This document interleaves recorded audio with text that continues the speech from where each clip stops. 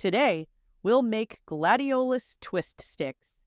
This fun and creative project involves crafting delicate gladiolus flowers using simple materials like chenille stems. Whether you're a beginner or an experienced crafter, this step-by-step guide will help you create beautiful floral arrangements. Let's get started. It's composed of 3 large petals, 3 small petals, and a small center. The process is relatively simple, but you'll need to pay attention to the details. Take a long chenille stem and fold it in half. At about 7 centimeters, no more than 7 centimeters, make a small bend to form the first petal. Fix it in place slightly ahead of the bend, then fold it back and adjust the shape. Secure the lower part of the chenille stem, leaving a small tail while cutting off the other end. Use pliers to reinforce the tail, flattening the tip and pinching the sides to create a sharp edge. This helps make trimming easier and improves the overall shape. Make 3 large petals in total.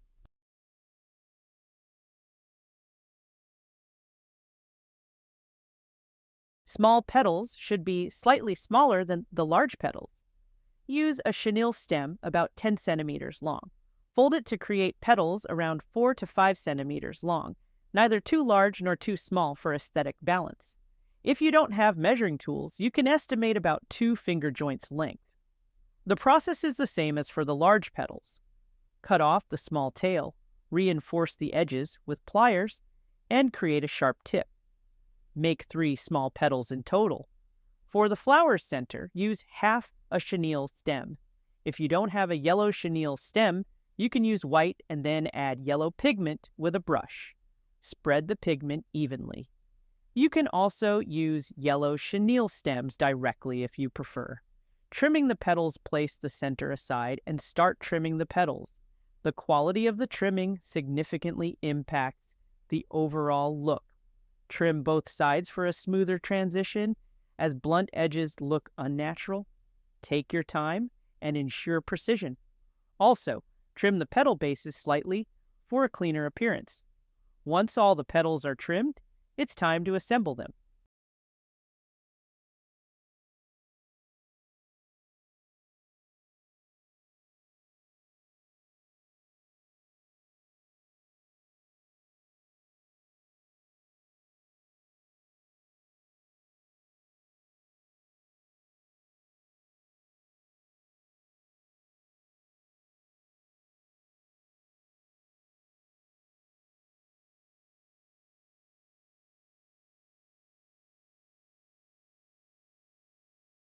Begin with the first petal, aligning it parallel to the flower center and glue it at the base. Then attach the small petals on either side using a hot glue gun. Be careful, hot glue can burn. Once the small petals are attached, proceed with the large petals. Adjust their positioning to create a balanced look. The small petals should have a slightly concave curve, while the large ones curve outward.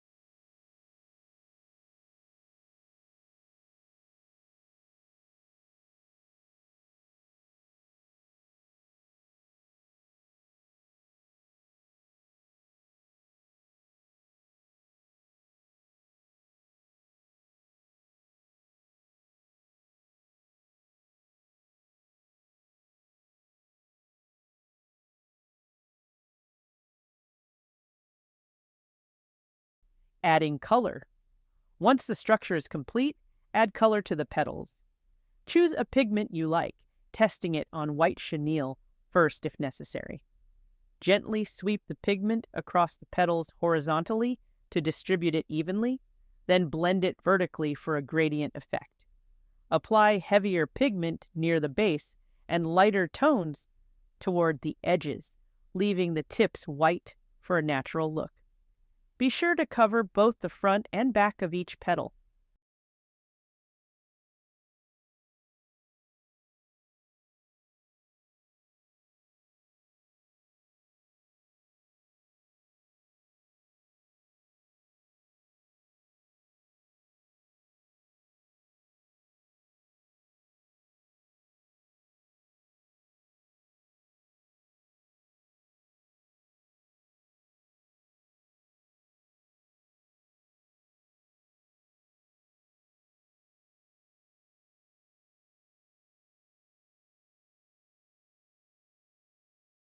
For flower buds, you can follow the same technique used for butterfly orchids. Use 3 small, narrow petals twisted together.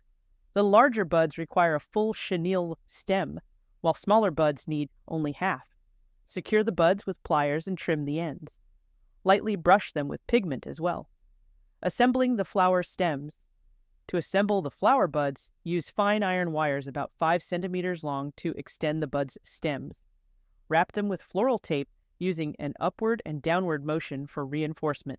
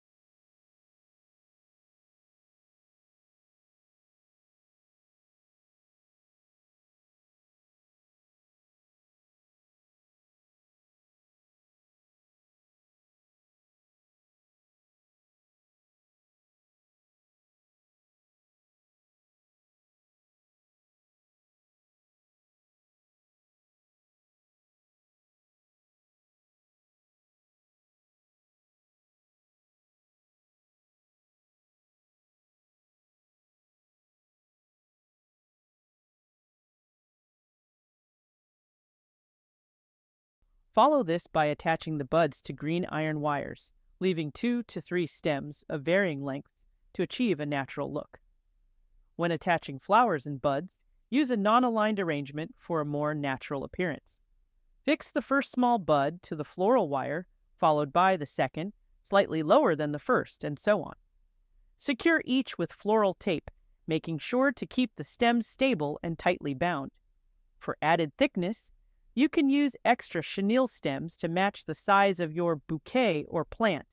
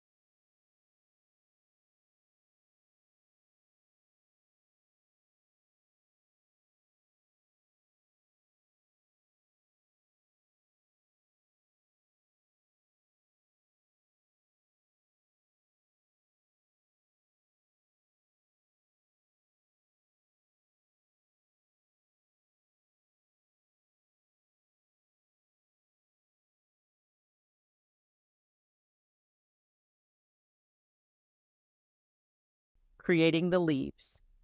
The leaves are simple to make. Use 2 chenille stems glued together. Straighten them as much as possible and slightly offset their length by about 1 centimeter. Twist them together and reinforce with pliers. Use an alcohol-based adhesive for better control, as hot glue can create bulky lumps. Apply the adhesive along the middle of the chenille stems. Gently press them together and let them sit for about a minute. Trim the leaves for a sharp finish, rounding off the tips if needed. To fix any fibers caught between the stems, use a pin or small scissors to pull them out. I made 13 leaves in total, but you can adjust the quantity as needed.